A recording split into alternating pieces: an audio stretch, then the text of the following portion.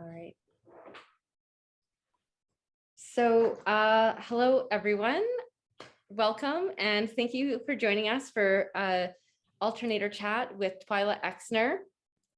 Twyla's Alternator Chat today is part of the Weaving Together Sustainability series that's being put on by the Cool Arts Society here in Kelowna. When Amy jumps on, I am going to get her to briefly provide a little bit of an overview about the work that she does. And this is the second year of Weaving Together. So get her to provide a little bit of an overview of that. I'd also like to acknowledge that where I am and where the Alternator is located is on the unceded territory of the Silt Okanagan people. And we're thankful and grateful for the time that we're able to spend on this land. I'd now just like to pass over the permissions to Twyla. And Twyla, if you want to just begin your presentation. And I guess if anyone has any questions or anything at all, you're welcome to put them in the chat. Alternately, if you want to ask them during the presentation, or there will be a time for discussion afterwards. Okay, Great. Sure. All right. Well, thank you very much. And thank you for coming. I know sometimes it's hard to spend more time online in the summer, so I appreciate people taking the time. All right, so I'm just going to share my screen here. And I'll just say in advance too, if anyone could let me know if there's any problems, if I'm like lagging or pixelating, or you can't hear or see something properly, please let me know. It's always turns out that like things look fine on my end, but maybe not on yours. So you'll have to let me know if there are challenges. Okay, so I'm just gonna rearrange you all in a little box over here. Hold on a second. Oopsie. Off to a bad start. There we go. Okay, so my name is Twyla Exner. My pronouns are she, her, hers. If you are interested in my work, my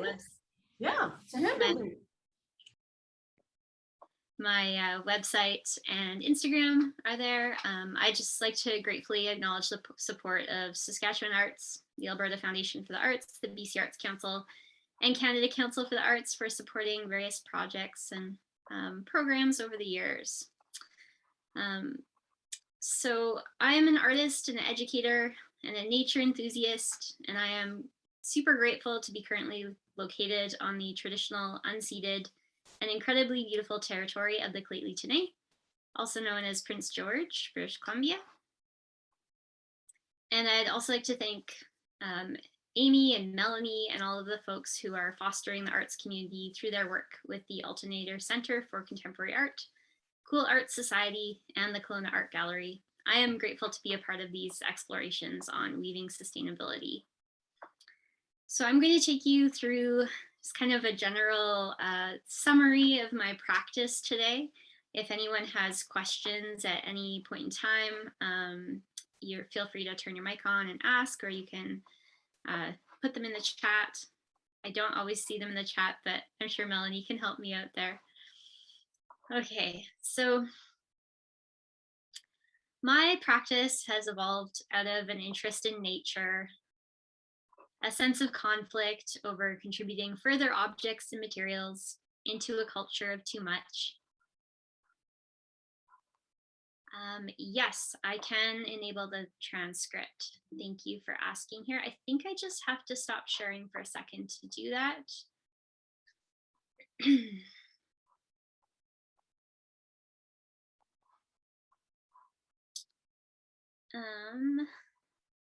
I know I'm supposed to have a co-host Melanie here, but usually the transcripts are under more and I'm just not seeing it there. Okay, let me just check. Okay. Oh.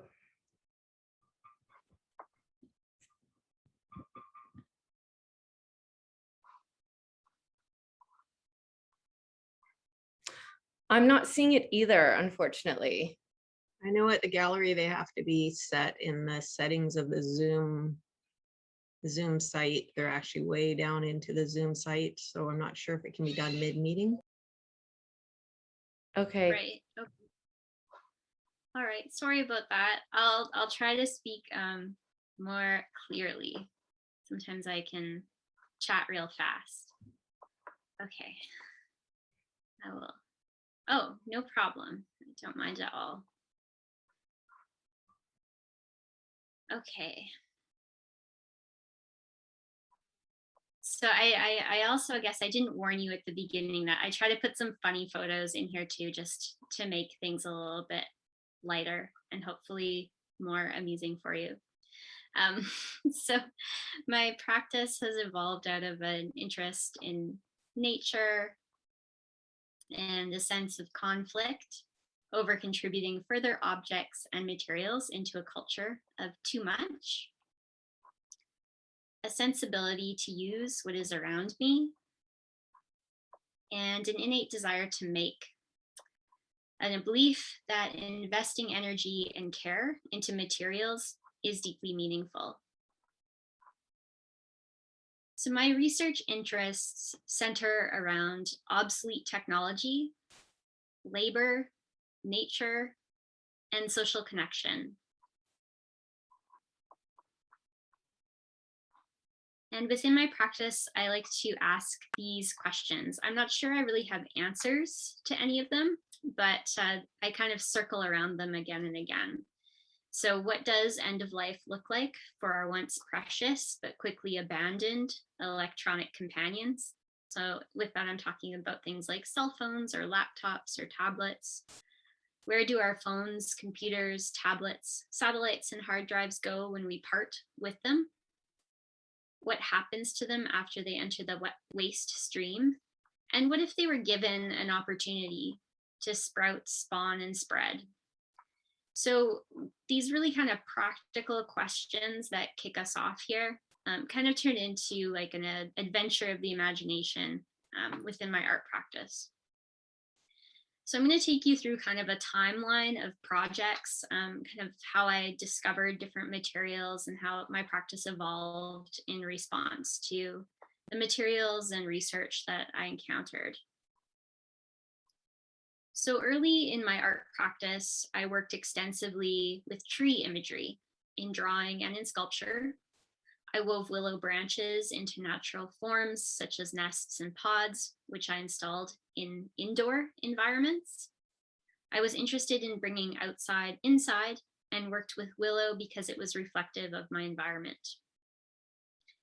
But willow soon became limiting to my conceptual investigations and the physical forms that held my interest. And I'll say too, I guess if you heard that I live in Prince George and I'm interested in trees, that would sound pretty natural. But early in my practice, I lived on the prairies in Regina. So one day I was gifted a telephone cable, which was collected by a friend from a construction site. And with hundreds of plastic covered copper wires in a rainbow of colors, my artwork took on a new direction. So these telephone cables, they were what was used to connect landline telephones. I know we all have our cell phones now, but hopefully everybody remembers the old landlines. And so these would be inside buildings or kind of outdoors on these rails. They would have either like a gray or a black plastic coating. And if you cut that off inside, these are all little copper wires that have colorful plastic coatings on them. Now, those coatings are there for a reason. They tell the people who install them where to connect what wire. I don't know the actual meanings of those anymore. I remember looking it up at one point, but they are that color on purpose and they come that way. At first, I welded metal structures and I wrapped them in thousands of meters of wire. But after tiring of lugging sculptures that weighed hundreds of pounds and also breaking a bone in my hand, I learned how to weave with the material. Using telephone wire to weave has led me down many interesting research paths. The history of electrification, recycling and waste journeys for electronic refuse, how neural networks and our body's own electrical systems influence human understanding of electricity, manufacturing practices in politics, and how electricians use color coding, which I just told you I forgot. But I've done that research in the past. And I also learned about historical and contemporary basket methods, which include those who are practiced, those which are practiced by the Zulu people in South Africa, who now make renditions of their traditional baskets using telephone wire. You can see that they weave with the wire by working around a form, and they have a really kind of tight weave within their work. I have experimented with loom weaving, crocheting, knitting, embroidery, and basketry methods before settling on a braiding technique, which allows me to freeform my artworks.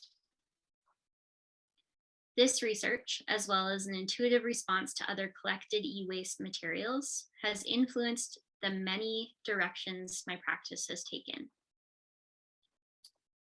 When I say e-waste, I'm referring to electronic waste. So anything that enters the waste stream because of our electronic technologies. So that includes telephone wire, computers, again, phones or tablets, kind of anything electronic. This research, as well as an intuitive response to other collected materials, influences my practice in a lot of different directions. So I'm going to kind of take you back to when I started to diverge from working with this wire and working with some other materials. So I moved to Montreal to attend graduate school. This was the first time I had ever been outside of Saskatchewan as a young adult. And when I was there, one of the things that was happening is a lot of people were getting rid of their big old desktop computers. So you remember these things? People would just put their monitors out on the street for garbage pickup because I lived in the area downtown. You know, there wasn't like the rolling bins or like a dumpster with garbage cans. People would just kind of plop it there. Also, I guess before there were a lot of electronic recycling happening. And so I started to collect them. I would just kind of feel sorry for these abandoned computers, and I would pick them up and I would take them to my studio.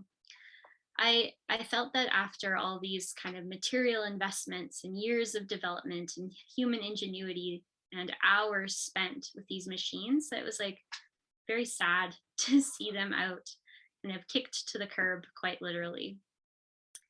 And this is one work that I made with them. I would use it sort of as a home in which to have my wire sculptures sprout, kind of exploring that idea of what happens to abandoned technologies if they could sprout.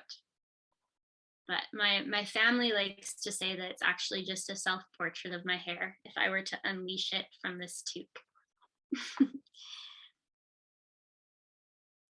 So after working with those computers, I had a lot of circuit boards, and of course, to kind of take them apart and take all the guts out, this is what's inside. So of course, our computers still have circuit boards today. They don't look like this anymore. They're quite a bit more compact in comparison. But I was really interested in both the physical shapes on top as well as the patterning that happened on the circuit board itself. And that led me to a series of drawings that I completed that combined kind of stuff from our own bodies with computer stuff. So I like to think about like these circuit boards kind of having some guts on them, representations of guts. I've replaced the symbols that would have been there with symbols that related to healthcare or human waste.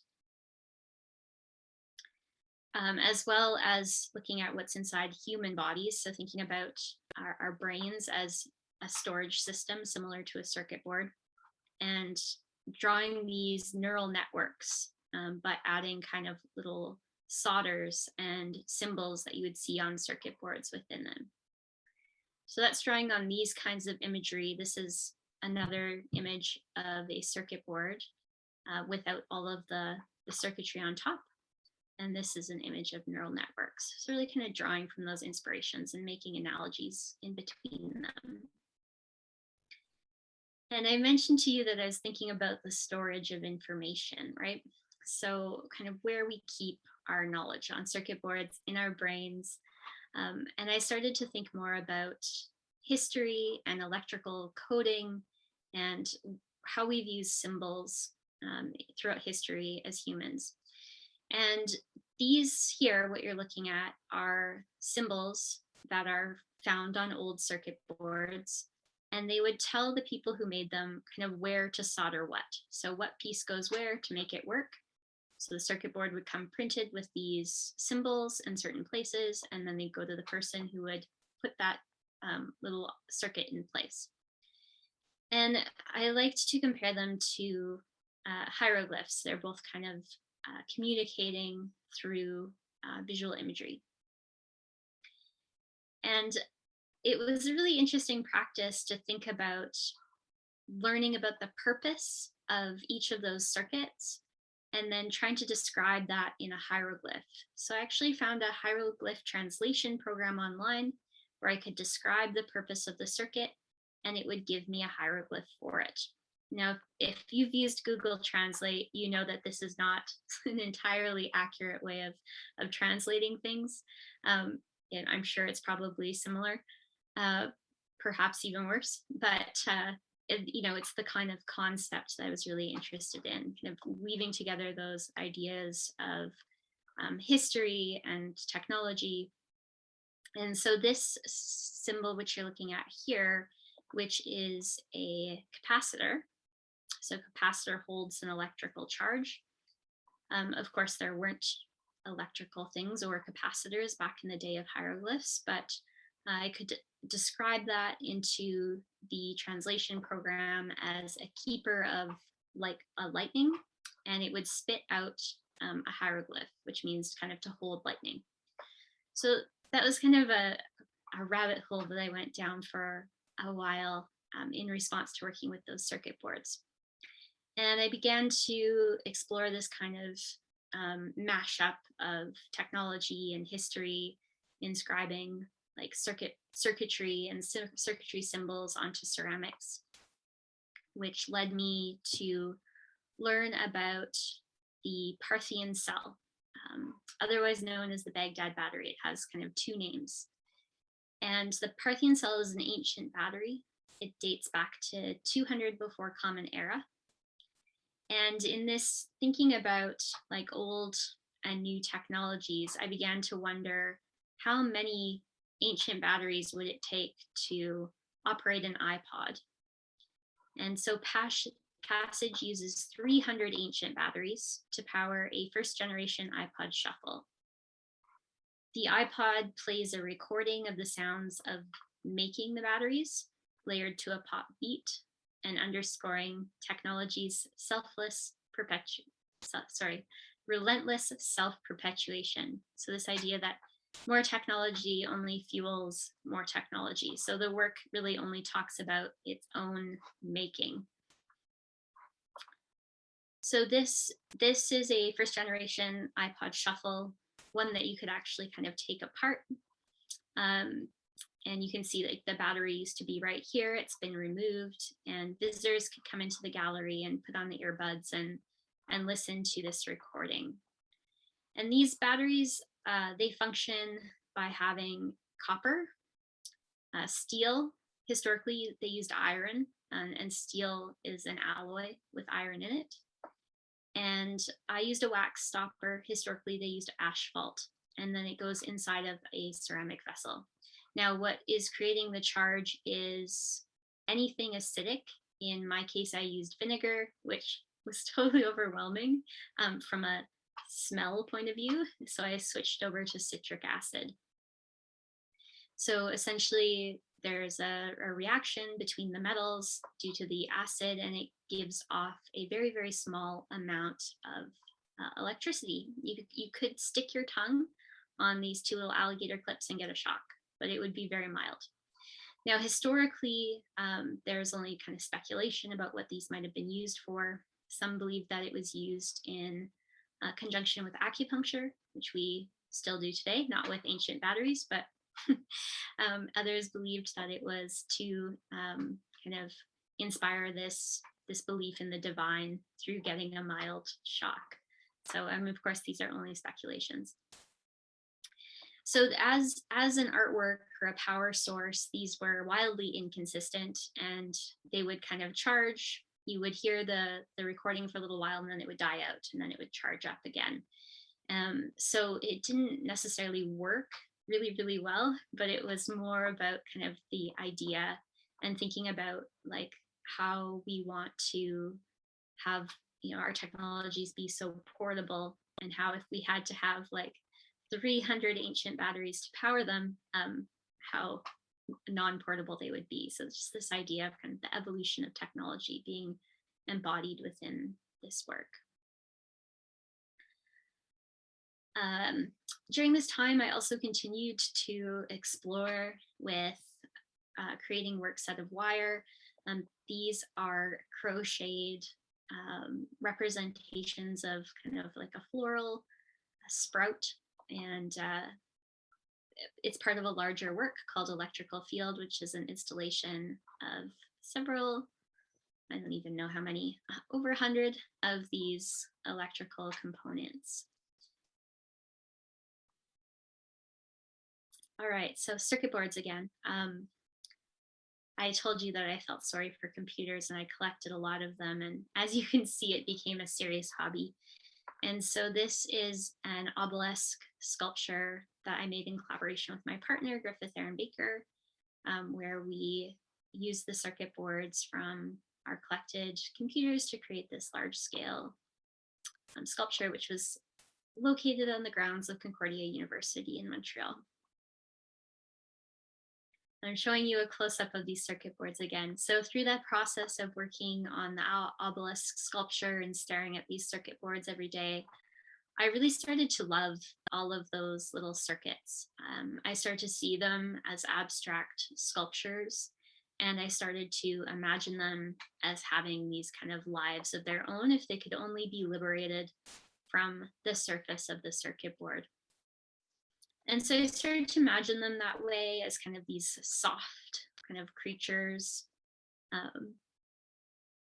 And I'm blaming it a little bit on some of my youthful influences. Has anybody seen the Brave Little Toaster movie? It's from the 80s, but you know, essentially it's about a toaster and his friends, which are various household appliances that are animated and go out in search of their owners who have moved. So if I'm remembering it all correctly, it has been a while. So it's kind of like Toy Story, but instead of toys, they're appliances. Anyway, it's a bit of a side note. I just like to bring it up because it's this idea of like this animation of these everyday kind of things being able to go on a glorious adventure. And so I began to imagine these circuits kind of out and having interactions and exploring all around and kind of what they could do if they were only liberated. I did write a storyboard for a short animation that I never had the skills to make, but maybe one day. So the main character is this microprocessor. So this is one of the little parts on your circuit board where like your memory and stuff is stored.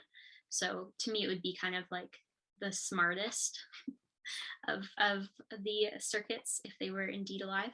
So it kind of frees itself up and it goes on an adventure and it goes out to sea on a bottle cap and it ends up in the doldrums, which is that huge area of plastic, the plastic gyre in the ocean. It's a bit of a bleak story, but it's also very cute. And I had so much fun kind of imagining these things through illustration that I really did want to bring them to life. And so I learned to make patterns and sew, and created them as these soft sculptures, which could be installed in various spaces and configurations. It's a little bit hard to tell the scale from the photographs, and they do vary quite a bit in scale, but I've got myself here in a couple of silly photos to give you a little bit of a sense of how big some of them are. And so these are, installed in a gallery space. They can kind of march through, they can interact with the architecture. In this iteration, I also had like kind of thought bubbles for them. So this, if you're a Mac user, you might be familiar with this. Every time your computer freezes, so this little microprocessor is frozen. These little ones are speaking in code, in binary. Anyway, so some sort of side notes that all the things that happened from just like picking up somebody's old computer off the street. So as I was making these kind of new works and exploring different materials and ideas, I was also exhibiting some of my wire works. And so through those exhibitions, I had the opportunity to install the work, to meet with people, to give tours to kids and adults, and to have workshops and introduce kind of this material that I love so much to people. And after not really worked with the material for a while, those experiences made me love it again. And it reminded me of why I enjoyed working with the material, its versatility. It's free. I was always able to get it from SaskTel or TELUS or Bell, so that I could kind of keep on making. And that sparked my interest in making new work with the material again. But after making that post-desktop piece with the circuits that were just so playful, my work kind of took on a more playful role. So the woven sculptures had like these personalities. They were inspired by like seed pods or mushrooms or kind of sprouts, I guess, for lack of a better word, but not exactly. They have those characteristics without necessarily being that. That makes sense. They could also have relationships with one another.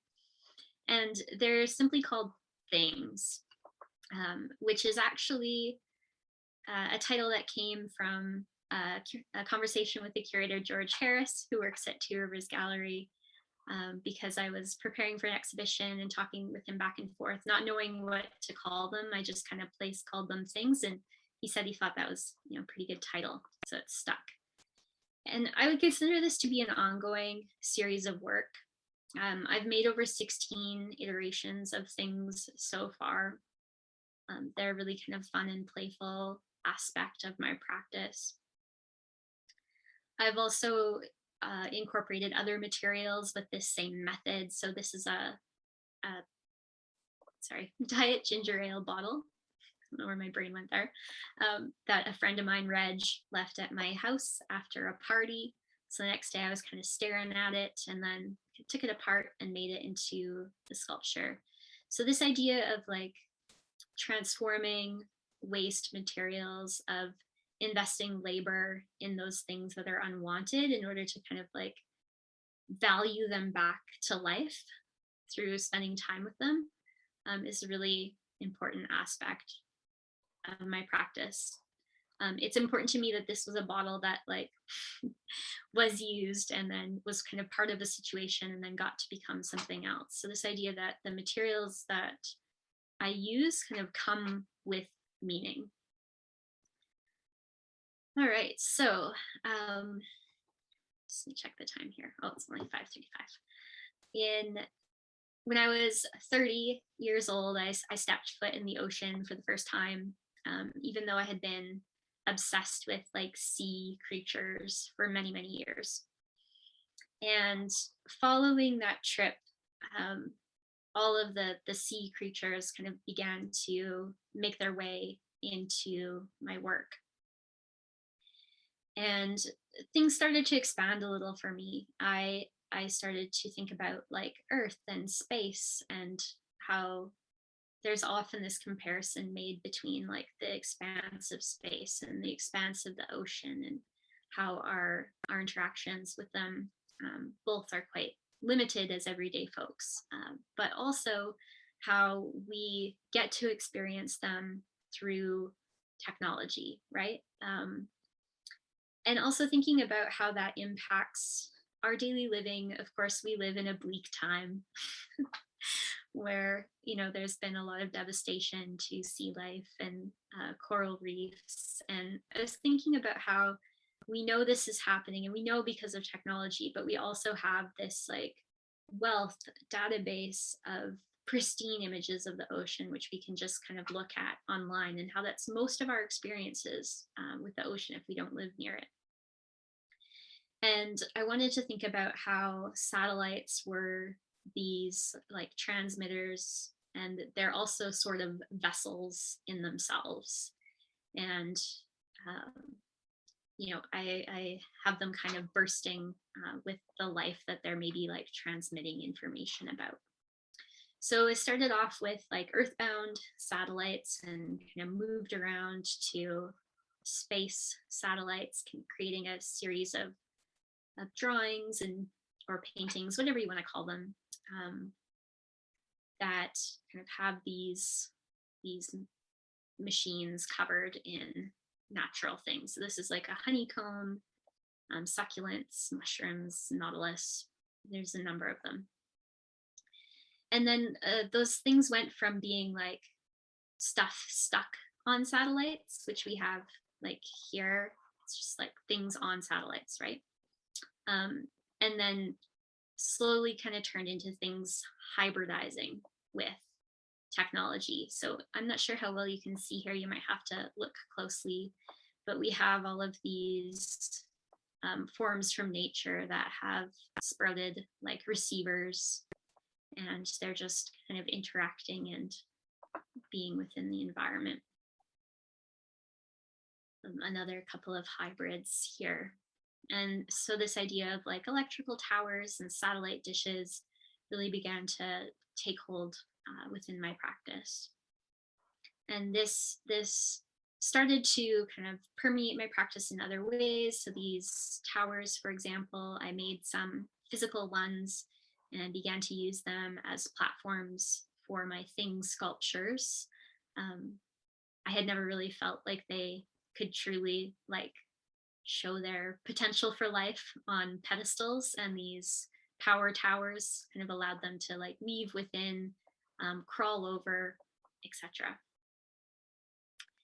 And so this is an installation of them at the Kootenay Art Gallery in Castlegar. And then this is a kind of more, I guess, dramatic installation. We've got the ocean overhead here at Herschel Supply in their flagship Gastown store in Vancouver. So just a side note, Herschel's a big supporter of the arts, and they have this little exhibition space within their Vancouver store. And I got to install my works there last summer. So as I was making these drawings and imagining this satellite, I started to use the form of a barnacle being within that kind of vessel of the satellite dish. Over and over within my drawings, it kind of took hold. And I really wanted to expand that again, kind of out into real life. So in making that kind of hybrid there, I was thinking about how barnacles encrust rocks and satellite dishes encrust buildings. And I'm not sure if anyone ever kind of visited or lived in a big city at the time where satellite dishes for internet or TV were quite popular, but you would just see buildings kind of encrusted in these satellite dishes. I live rurally. I am talking to you right now via satellite internet. So I still see them a lot in my daily life. But I know that, you know, in cities, there may be less in popular use. But often when people did have them and they would move on, the satellite would stay. And I thought that that was kind of similar to barnacles. You know, when they outlive their life cycle, they still leave behind this structure, right? I also thought about satellites being filters and barnacles being filters, and just this sort of encrustation that we would see. And what I really wanted to do, my big dream, maybe one day it will become a reality, is to encrust satellite dishes with barnacles and then put them back on a building, just so that it's kind of like totally overwhelming. And I haven't been able to put them on a building yet, but I did start to make these satellites with barnacles. So I started out by making small ones. These were made by building a barnacle in plasticine, making a silicone mold and casting them in urethane, which is a kind of plastic, can go outdoors. I started small and then worked up to making really large barnacles. You can see this one here for scale. My friend calls this my barnacle pregnancy photo. And so I had the opportunity to make a number of these through the support of ABC Arts Council grant. And while I haven't got to put them on a building yet, I have had the opportunity to exhibit them. This is installed at the Kamloops Art Gallery. And in this iteration of the installation, I also wanted to bring some of the essence of my 2D works into these 3D ones. And so I wanted to reference these kind of signal lines that you're seeing here. But at this point, I think I was still like a little bit shy about it. So they are here emanating out from the walls. You can't see them very well because they are just pencil. And if you look closely, you can see these concentric circles that are drawn with graphite onto the wall. And in them, there is floating larvae. So that's how barnacles reproduce, with larvae. And these larvae are at various stages of development. They are laser cut paper works, and they have both barnacle parts as well as satellite parts. I'm not going to give you a science lesson on barnacle larvae today, but it's quite fascinating. They go through a lot of changes before kind of taking on their final form. So this idea of representing these signal lines is twofold. When we see kind of advertisements or graphic representations of cell towers, we often have these signal lines coming off, kind of indicating it to us, I guess, that they're live or they're working. This is representing data, your pictures that you're sending, whoever, your emails, all your things are kind of floating around in these. And they're also very similar to ripples, right?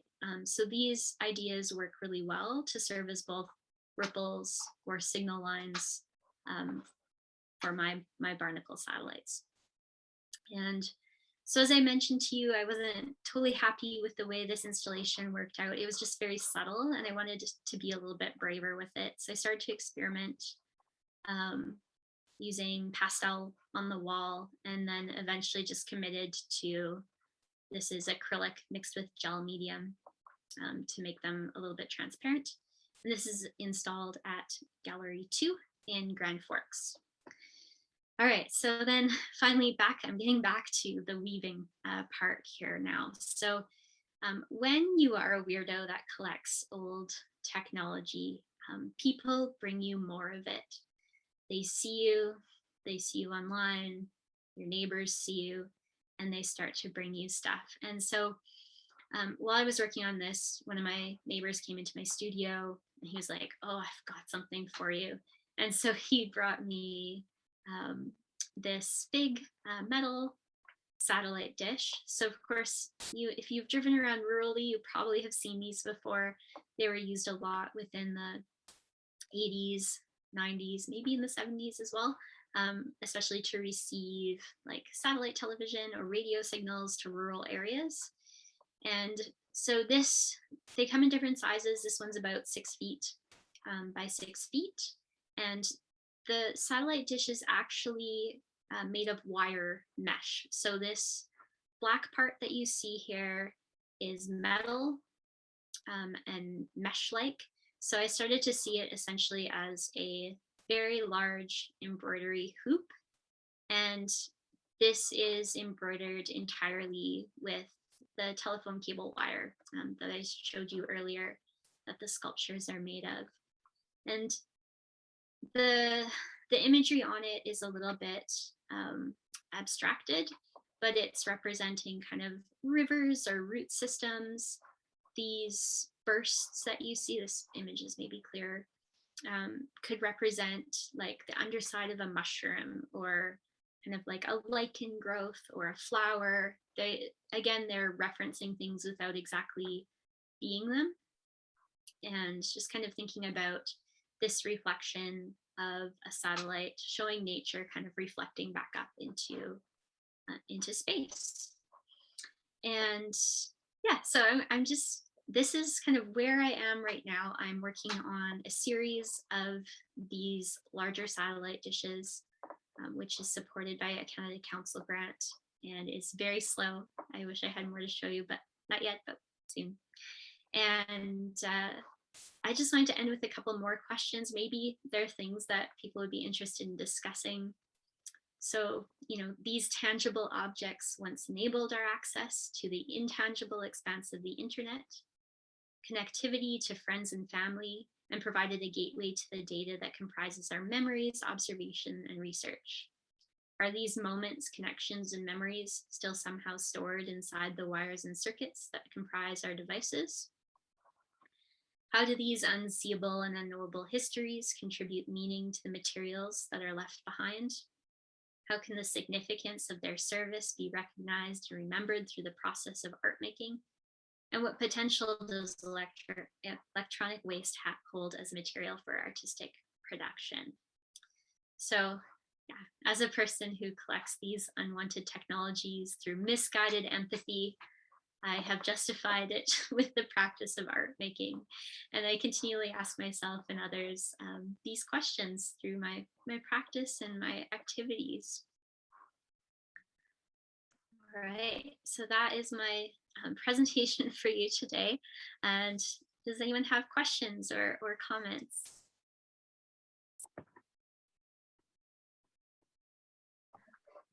Hi, Twyla. Hi, everyone. Sorry I was late to get in, but so glad I got in. Thanks for your help with that, Melanie. So just fascinated by your work, and thank you so much for such a great comprehensive presentation in relation to the larger weaving together sustainability project, partner project that we're working on. So yeah, I didn't get a chance to introduce myself at the beginning. Maybe I'll just quickly do that if that's okay right now. I'm Amy Bradshaw, and I work at Cool Arts as an art educator and volunteer coordinator. Also joined the board of ClarkBack recently, and friends with the arts community. So it's really great to be a part of this. It's the second grant project that Cool Arts has done now in relation to weaving and the loom, which you may have seen in the background that I've got here. I'm doing double duty right now, being at the Kelowna Art Gallery on a device that's not that familiar to me. And in the background, we've got the loom set up, which is a Sayari weaving loom. And we've got community members who registered through Zoom for a half-hour weaving time slot. And myself and Judy, another volunteer who's helping with the community learn to use the loom and participate in weaving. So yeah, it includes sustainable materials, and like you just ended on, as artists getting an opportunity to be unguided, or landing in this creative space where we end up working with materials that we might not have otherwise considered with the e-waste that you use. I tried to incorporate pieces that would work well with the warp threads and not break things, although I did really want to put wires in there. I sort of hesitated in the end, and so just used ripped sheets, bed linens, clothing, a lot of torn denim and donated items, as well as some paper, tissue paper, and old sewing patterns are really nice to wrinkle up and cut into strips for the weaving, as well as plastic bags. So we've got a selection of things that are better off being repurposed if possible by us artists. And so they're here for the community to use. So I just wanted to do a quick nutshell on that here in the Okanagan downtown at the Clone Art Gallery. The project runs through August 4th, and all the links are on all of our Alternator website as well as Cool Arts' website if anybody wants to try weaving. So regarding your work, Twyla, and how much I relate to it, because I'm from the West Coast, and those barnacles, I was just over on Hornby Island, looked like the ones I was just swimming with. And I just adore the fiber factor and everything. I thought I'd ask 3 questions to you, and just wanted to, I may have missed this in the first 15 minutes of your presentation, but ask you with a past related question about how you decided to become an artist, and what was that, how did that occur? Sure, yeah. I think I wanted to be an artist as long as I can remember, to be honest. I come from a family, they're not necessarily would call themselves artists, but they're very creative. And my mom was a grade 1 teacher. So lots of art projects, lots of learning through hands-on. And my dad made furniture and worked in carpentry. So just coming from a really creative family, I always had the opportunity to be kind of playing with or exposed to different materials when I was a kid. And yeah, to be perfectly honest, I can't remember a time where I didn't want to be an artist. And luckily, I grew up in an environment that really fostered that. And then I had the opportunity to develop further through post-secondary education, and had some really wonderful teachers there as well. And then luckily, I still have the opportunity to make today. So I'm just really grateful for all of the people in my life who have been supportive and fostered that within me. So not a very exciting story, but yeah. Sounds like it was in your genetics, in your genes. Definitely. Yeah. That's great to hear. And then currently, and your present practice with in regards to your materials, I wondered about how materials may or may not be becoming more obsolete for you in terms of the way technology is moving so quickly, and you know how that might affect your practice with regards to really getting into a project, and then I don't know if it lasts a decade or how many years, and you may not be able to find the materials. I listened to your Over Craft State podcast with the Canadian Council, or the Craft Council BC. So I thought, well, I wonder what's happening with all those telephone wires, and if they're even still available for you. Yeah, that's a really good question. Actually, I believe that TELUS is going to begin their copper retirement program rolling out over the next like 10 years or so. And so it's quite possible that the material will become harder to come by. But I think currently there's still so much of it like incorporated into infrastructure, like especially like if you think about office buildings, how many office buildings are there like in Vancouver that are just like full of that copper, right? So I think it'll probably be available for quite some time to come. Actually the biggest challenge that I've found as time has moved on is just that it's harder to talk to somebody to get it. Like I used to be able to like look up a phone number for somebody who worked for a telephone company and like call their industrial building and just like be a weirdo and get passed around until somebody said yes. But now like try to look up a contact number for TELUS or Bell or whoever, like it's all just mobile. You hit a call center, like you can't reach anyone. And so that's for me, like that's where the challenge has come in. And then I have to like use the community networks, like, and say, do you know anyone who works at TELUS? Do you know anyone who works at Bell? And like go through it that way instead. Yeah, so but I have a pretty big stockpile at the moment. And at the scale that I'm working, like I don't use a lot at once, right?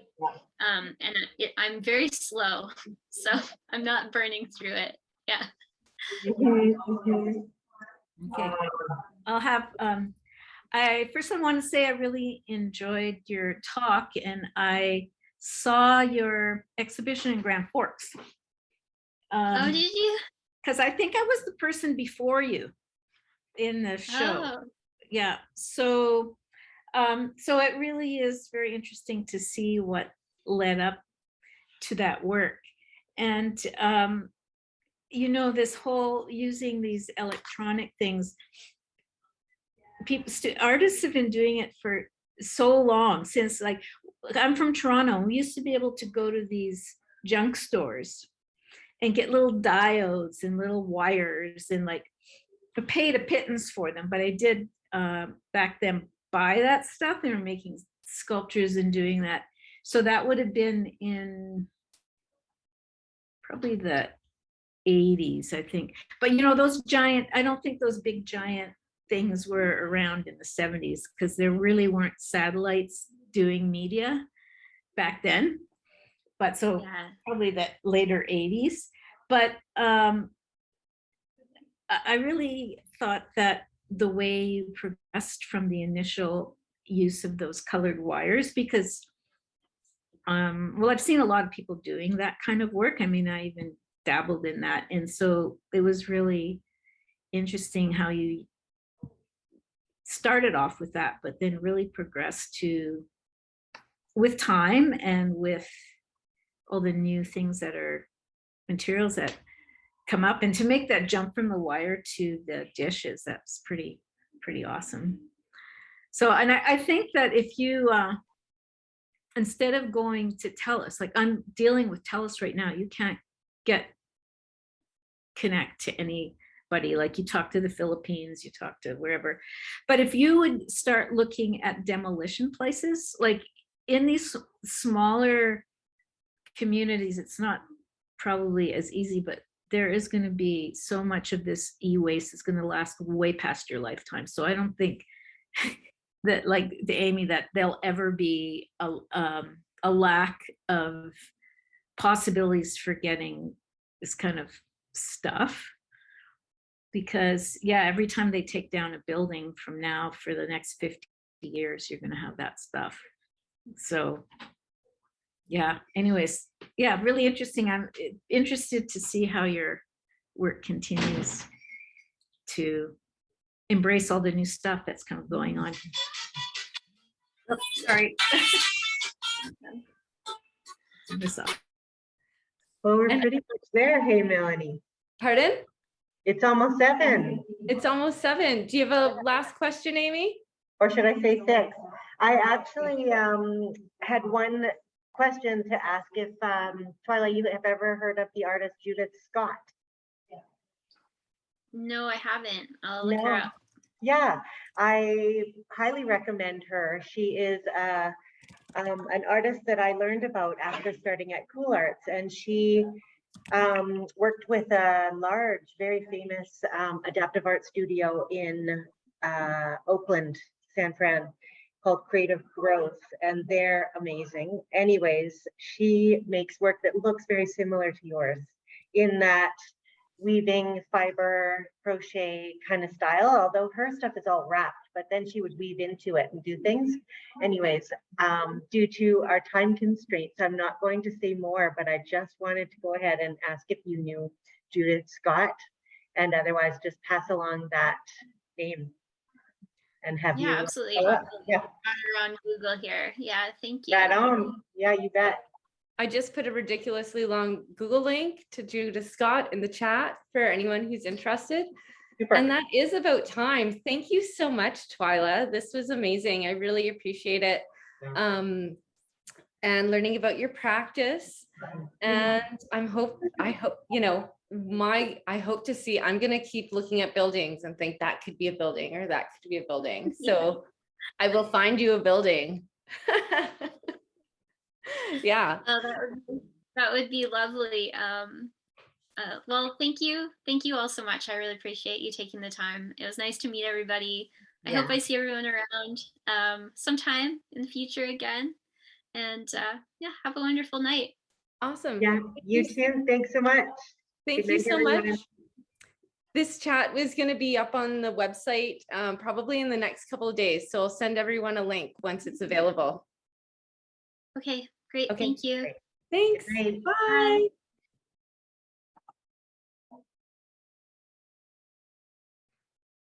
Bye.